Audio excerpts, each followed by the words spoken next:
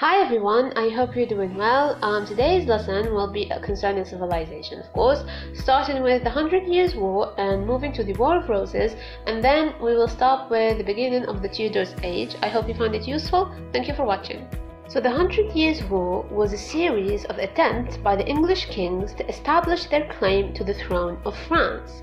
It began in 1337 and lasted until 1453. It was a series of 4 main wars. The problems started when the King of France wanted to control all of his nobles. He had a growing authority. And to make his position stronger, he interfered with England's trade.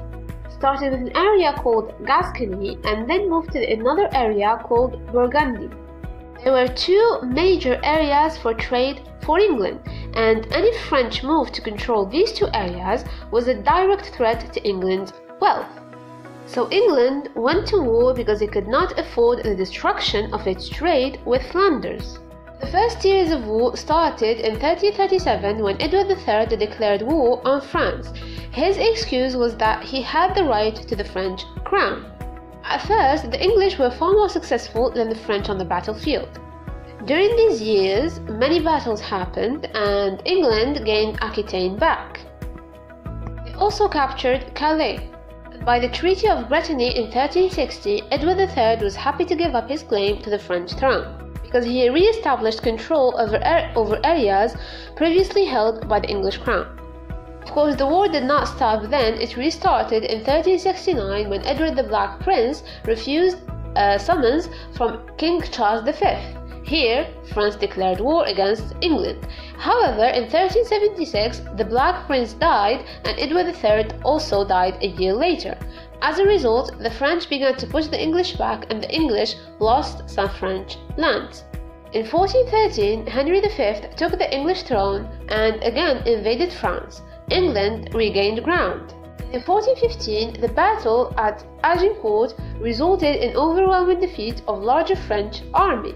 Best known battle of this particular war gave Henry time to regroup. And in 1422, England invaded France again. Battle overthrown. However, things changed, for the English, because France relies around Joan of Arc. She was a known figure at the time because she was the first woman in the battlefield who claimed that God told her that her mission was to drive the English from the French soil. As I said, she was the first woman in the battlefield and she won a victorious battle. At Siege of Orleans, turning point in the war, French gained the upper hand and held it for the rest of the war.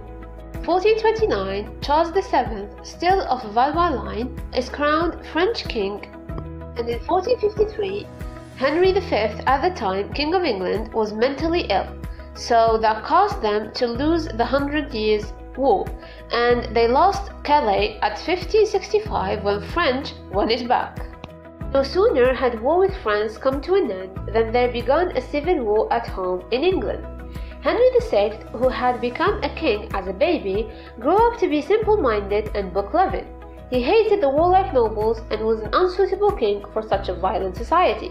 He was also bad at taking decisions concerning his advisors. With England losing a recent war and being ruled by a mentally ill king, the nobles had started to ask questions about the kingship and wanted new rule. This discontented nobility was divided between those who remained loyal to Henry VI, the Lancastrians, and those who supported the Duke of York, the Yorkists. Not much after, a war began between these 2 nobilities. It was called the War of Roses. It started in 1455 when many barons resented the way that the Lancaster family had seized the throne in 1399 and felt that Henry V or the VI or the VII were not the rightful kings. And according to the barons, the York family, cousins of the Lancasters, were truly entitled to reign. The struggle for power was known as the War of Roses because the Lancasters had a symbol of a red rose and the Yorks had a white one, a white rose. The Battle of Bosworth in 1485 was one of the most important battles in English history. It led to the end of the War of Roses and planted the Tudor house on the throne of England. So after the battle, Henry the Tudor was crowned as King Henry VIII, marking the beginning of the 118-year reign of the Tudor dynasty in England. So Henry VIII, representing the Lancaster family, married Elizabeth of York, representing the York family. This marriage united the two families, ending the war. He created the Tudor rose, the white rose of York, the red rose of Lancaster, like a mixture between the two. It symbolized the end of the struggle between York and Lancaster.